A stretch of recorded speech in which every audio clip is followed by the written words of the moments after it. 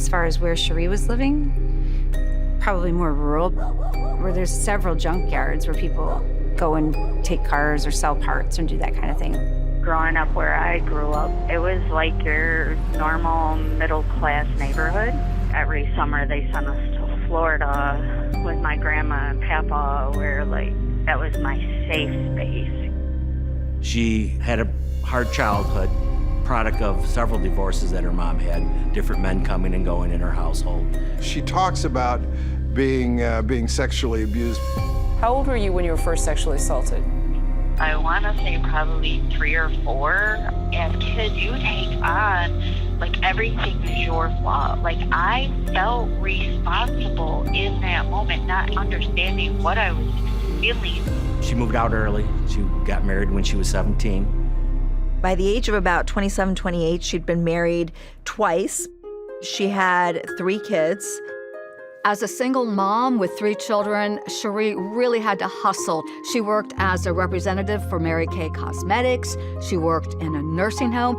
And she also got a job doing the books at a local scrapyard called B&D Auto that was owned by Bruce Miller. Bruce Miller was born and raised here in Flint, Michigan. Did what a lot of people did as soon as they got out of high school, went to work for General Motors. Always into cars. Yep, he actually, I'm thinking his first car, because we used to have horses and stuff, he traded a horse for his first car at 16, 17 years old. And was always into trying to race cars, whatever he loved.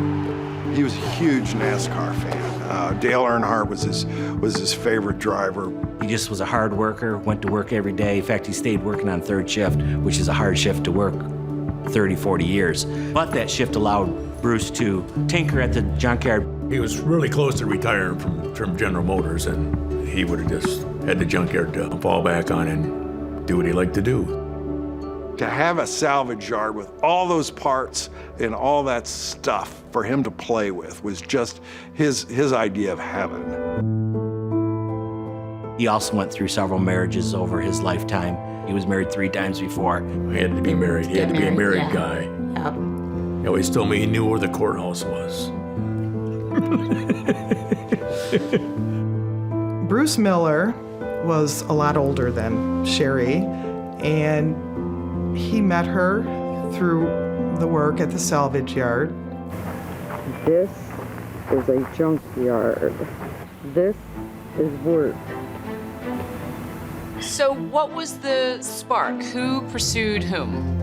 I pursued him. Why?